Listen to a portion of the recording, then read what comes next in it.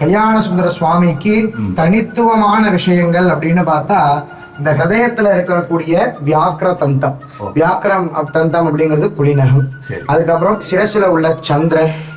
இது ரெண்டுமே இந்த கல்யாண சுந்தரருக்குன்னே உள்ளது. இதை அசைக்க கசைக்க எல்லாம் முடியாது. சுவாமியோ அங்கத்தோட இணைந்தது. இது எப்படி வைத்தார் அப்படிங்கிறது இந்த ஸ்தபதியாருக்கு மட்டுமே உரியது. அதே போன்று இன்னொரு சிறப்பு, ஒரு அந்த மூளை தொலைவில இருந்து பார்த்தாக்க இந்த மழு ஏந்திய கை அம்பாளுக்கு நெத்தியில உச்சி பொட்டு வச்சு விடக்கூடிய மாதிரியான ஒரு அமைப்பு இங்க உண்டு.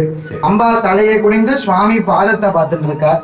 சுவாமி அம்பாளோட கையை பிடிச்சுண்டு அம்பிகையினுடைய பாகமான இடது கையால நமக்கு ஆசீர்வாதம் பண்ணிட்டு இருக்கார் சுவாமி.